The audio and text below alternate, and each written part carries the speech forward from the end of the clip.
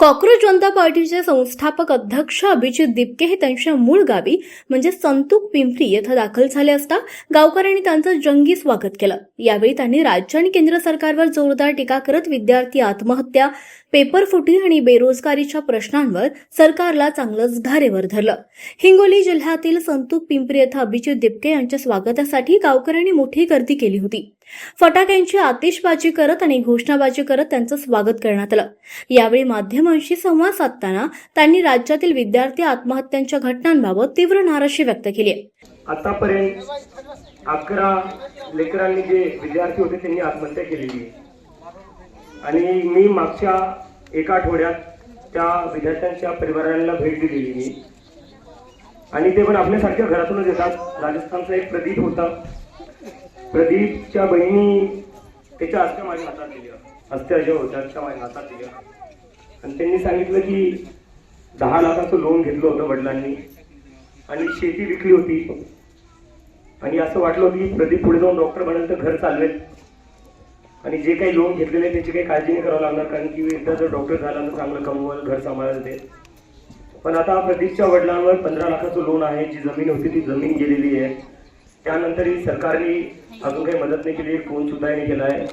परवा मी नागपूरला होतो, नागपूरमध्ये आकांक्षा चतुर्वेदी होती, आकांक्षाच्या वडिलांना आकांक्षाने आत्महत्या केली। 17 वर्षाची मुलगी होती, तिच्या वडिलांना पॅरालिसिसचा अटॅक आलेला आहे, एक हार्ट अटॅक येऊन गेलेला आहे। छोटा ते काय केटरिंगचा बिझनेस करत होते, आता तेही करू शकत पॅरालिसिस झाल्यामुळं।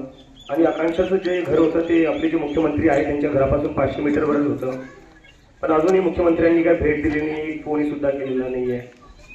आणि आपण बघतोय की मागच्या 2-3 दिवसात काय चालू आहे, शिवसेनेचे खासदार फोडण्यात येत आहे, 15-15 करोड 50-50 करोड। तर कुठं ना कुठं असा प्रश्न पडतो, जर तुमच्याकडे 50-50 करोड खासदार फोडायला आहे तर हे जे परिवार आहे ज्यांच्या मुलांनी आत्महत्या केली, जे कर्जात डुबलेले आहेत, त्यांच्यासाठी तुमच्याकडे 1 करोड नाही आहे का?